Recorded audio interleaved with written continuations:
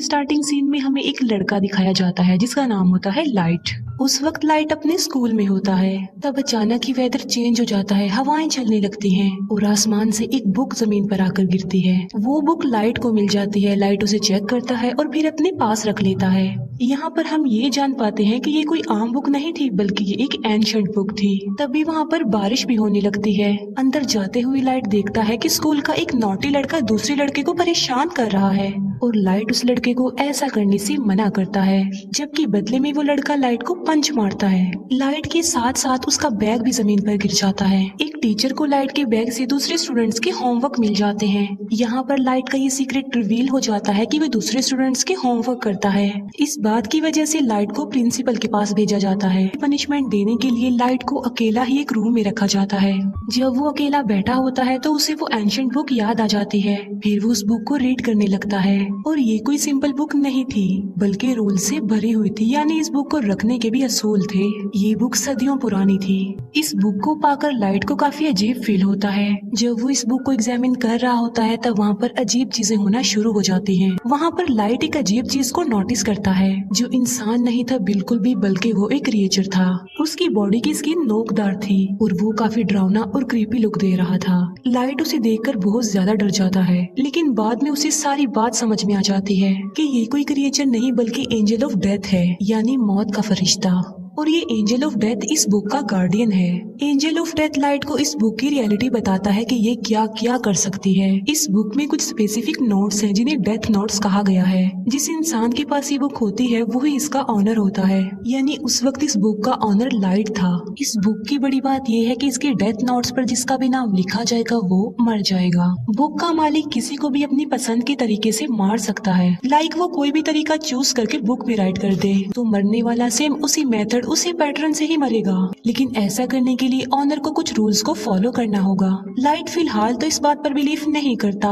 Book के साथ जो एंजल ऑफ डेथ होता है वो सिर्फ उसी इंसान को नजर आता है जो बुक का ऑनर होता है उस वक्त। अब एंजल ऑफ डेथ लाइट को बताता है कि 7 दिन में उसने इस बुक में एक नाम तो जरूर लिखना है, और अगर उसने ऐसा ना किया और किसी का भी नाम इस बुक में ना लिखा तो ये बुक किसी और के पास चली जाएगी। किसी का भी नाम बुक में लिखने की शर्त ये है कि ऑनर को उस पर्सन का ओरिजिनल नेम और फेस जरूर याद होने चाहिए, और मौत का कोई एक तरीका लिखा जाएगा जो एक्चुअल में होता है। एंजल ऑफ डेथ लाइट को कहता है कि तुम्हें जरूर इस बुक को आजमाना चाहिए। तभी लाइट विंडो से उस नॉटी लड़के को देखता है जो उस वक्त भी किसी को परेशान कर रहा होता है और उसने लाइट को भी मारा था। एंजल ऑफ डेथ की बात मानकर लाइट उस बुक में उसी लड़के का नाम राइट कर देता है और उस लड़के की मौत का वो ये तरीका लिखता है कि उसका सर क्रश होगा। फिर हम बाहर का नजारा देखते हैं जो कि अचानक से बदल जाता है। 2 गाड़ियां आपस में टकरा जाती हैं और एक गाड़ी में लोहे की लेडर्स पड़ी हुई थी, जिससे सच में उस लड़के का सर क्रश हो जाता है। लाइट समेत सब लोग ये देखकर काफी हैरान रह जाते हैं। ये सब कुछ देखकर अब लाइट को भी यकीन आ गया था कि जो कुछ भी उसे एंजल ऑफ डेथ ने बताया है वो सच है। इसी वजह से लाइट काफी डर जाता है। एंजल ऑफ डेथ लाइट को बताता है कि तुम इस बुक की मदद से बहुत कुछ कर सकते हो, लेकिन अगर तुम इस बुक को लेना नहीं चाहते तो मैं इसका मालिक किसी और को बना दूंगा। इसके बाद लाइट अपने घर वापस आ जाता है। घर में हम लाइट के फादर को देखते हैं जो कि एक डिटेक्टिव थे। फिर हमें दिखाया जाता है कि कुछ साल पहले एक क्रिमिनल ने लाइट की मदर का मर्डर कर दिया था, लेकिन वो क्रिमिनल सबूत ना होने की वजह से खुला घूम रहा था। इस बात की वजह से दोनों बाप बेटे के रिलेशन भी कुछ खास नहीं थे। लाइट अपने फादर से नाराज होता है कि आप मेरी मदर की मौत का बदला नहीं ले रहे हैं। इस बात को लेकर लाइट हमेशा अपसेट ही रहता था। फिर लाइट को एक आइडिया आता है कि मैं उस क्रिमिनल का नाम भी उस डेथ नोट में लिख देता हूँ, और वो ऐसा ही करता है। उस क्रिमिनल का नाम वो डेथ नोट में लिख देता है। फिर हमें वही क्रिमिनल दिखाया जाता है जो कि अपने साथियों के साथ पार्टी कर रहा था, और सडन देखते ही देखते सबकी आंखों के सामने उसकी मौत हो जाती है। जब बाप बेटे को उस क्रिमिनल की डेथ की खबर मिलती है तो वो काफी खुश हो जाते हैं। यहाँ पर लाइट ने अपनी मदर की डेथ का बदला भी ले लिया और लाइट और उसके फादर का रिलेशन भी अच्छा हो गया। फिर लाइट सोचता है कि आखिर इस बुक की पावर को अच्छे कामों के लिए कैसे इस्तेमाल किया जाए। लाइट स्कूल में बैठा हुआ ये बात सोच रहा था। तभी लाइट के पास एक लड़की आ जाती है जिसका नाम होता है मिया। मिया लाइट की बेस्ट फ्रेंड होती है। इसी वजह से लाइट उसे अपना ये सीक्रेट बता देता है। कि मुझे एक मिस्टीरियस बुक मिली है जिस पर अगर किसी का नाम लिख दें तो वो मर जाता है। लेकिन मिया इस बात का बिलीव नहीं करती। इस बात को प्रूव करने के लिए लाइट मिया को लाइव न्यूज दिखाता है जहाँ एक किलर दिखाया जाता है। लाइट उस किलर के बारे में डेथ नोट में लिख देता है कि एक गाड़ी उसे हिट कर देगी जिसकी वजह से वो मर जाएगा। अब क्योंकि लाइट को उस क्रिमिनल का नाम और चेहरा मालूम थे तो बिल्कुल ऐसा ही होता है। ये देखकर मिया काफी शॉक्ड रह जाती है। वो प्लान बनाते हैं कि अब हम एक बड़ी ताकत के मालिक हैं और हम इस बुक की मदद से बुरे लोगों को इस दुनिया से मिटा देंगे। बुरे लोग यानी क्रिमिनल्स, किलर्स और इसी तरह के खतरनाक लोग। अब ऐसा करने के लिए उन्हें नाम और चेहरे इजीली इंटरनेट से मिल सकते थे, इसीलिए वो बुरे लोगों के नामों की एक लिस्ट बना लेते हैं और बुरे लोग आहिस्ता आहिस्ता मरने भी लगते हैं। यहाँ पर हम ये भी जान पाते हैं कि बुक का ऑनर मरने वाले पर अपना कंट्रोल भी कर सकता है। लाइट ने अपने लिए एक नाम चुना था और वो था कीरा, यानी जब भी कोई मरता था तो वहाँ पर लाइट कीरा लिख देता था ताकि बुरे लोगों में इस नाम की दहशत फैल जाए और वो गलत काम छोड़ दें कि अब सब क्रिमिनल्स और बुरे लोगों को मारने वाला कीरा आ गया है। और देखते ही देखते पूरी दुनिया में ये खबर वायरल हो जाती है कि कीरा नाम का कोई सीरियल किलर आ गया है जो सबको मारता जा रहा है। और कुछ लोग तो कीरा को सपोर्ट भी कर रहे थे कि ऐसे कम से कम दुनिया से बुरे लोग तो खत्म होंगे। अब क्योंकि था तो वो किलर ही, तो पुलिस उसे ढूंढना चाहती थी। अब क्योंकि कोई भी सबूत लाइट के खिलाफ नहीं था तो उस तक पहुंचना इम्पॉसिबल था। फिर एक इंटेलिजेंट डिटेक्टिव को इस केस के लिए हायर किया जाता है। इस डिटेक्टिव का नाम होता है एल, जो कि काफी स्मार्ट था, जो कि अपने फेस को हमेशा कवर रखता था और उसका ओरिजिनल नेम भी कोई भी नहीं जानता था। लाइट और मिया अपनी लाइफ में काफी खुश थे और 400 से ज्यादा लोगों को मार चुके थे।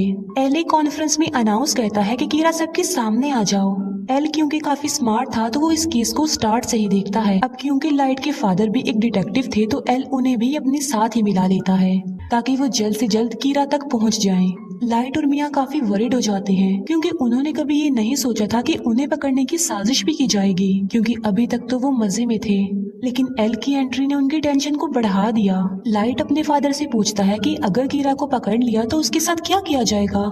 लाइट के फादर कहते हैं कि आधे लोग कहेंगे कि कीरा को फांसी की सजा होनी चाहिए, जबकि आधे लोग कहेंगे कि आखिर इसने ये सब कुछ कैसे किया, इस बात पर रिसर्च की जाए। ये सुनकर लाइट की टेंशन और ज्यादा बढ़ जाती है। फिर ये सारी बात वो मिया को भी बताता है और उसे कहता है कि अब हमें ये सब कुछ स्टॉप कर देना चाहिए, क्योंकि एल के शक के दायरे में बहुत सारे लोग थे जिनमें लाइट भी शामिल था, क्योंकि वो अपने फादर के डाटा को इजीली एक्सेस कर सकता था।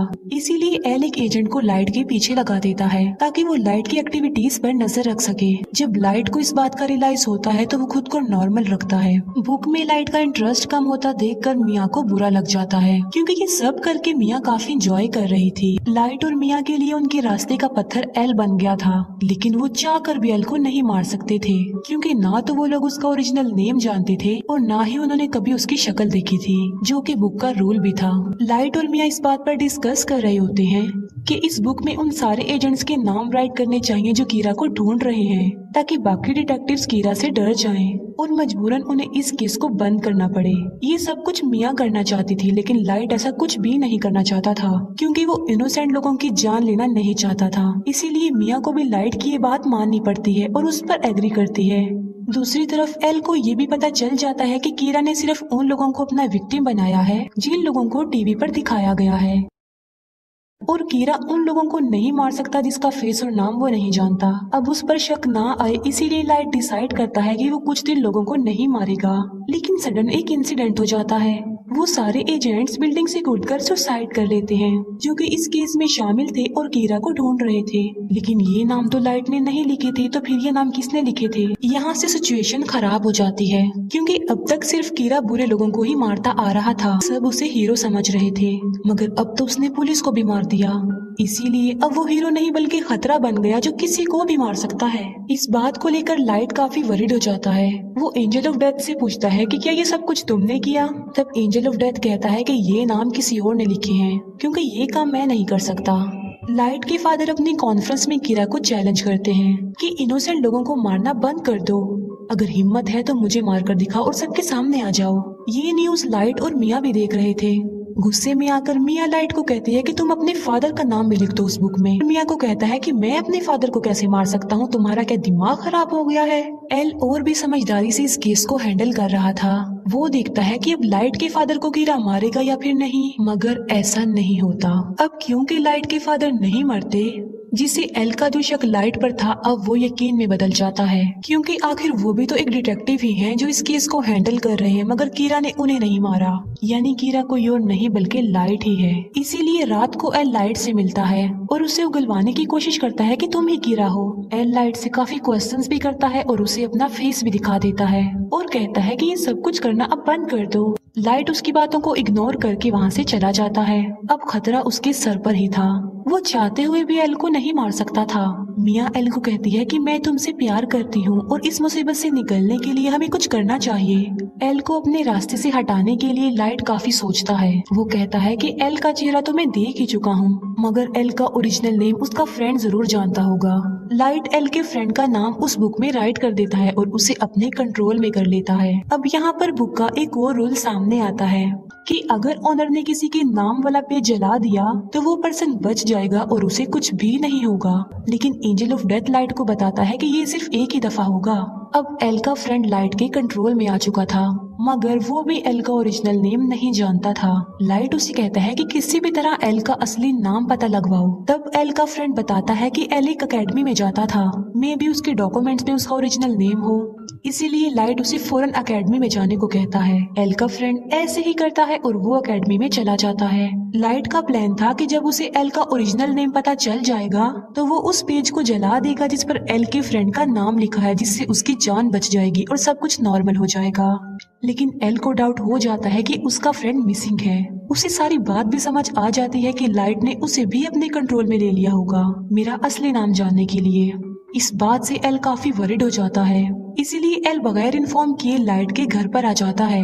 वो लाइट के फादर को कहता है कि आपका बेटा ही असल कीरा है और इसी ने ही मेरे फ्रेंड को गायब भी किया है। लेकिन लाइट पर किसी को भी शक नहीं था, क्योंकि उसके खिलाफ कोई सबूत जो नहीं था।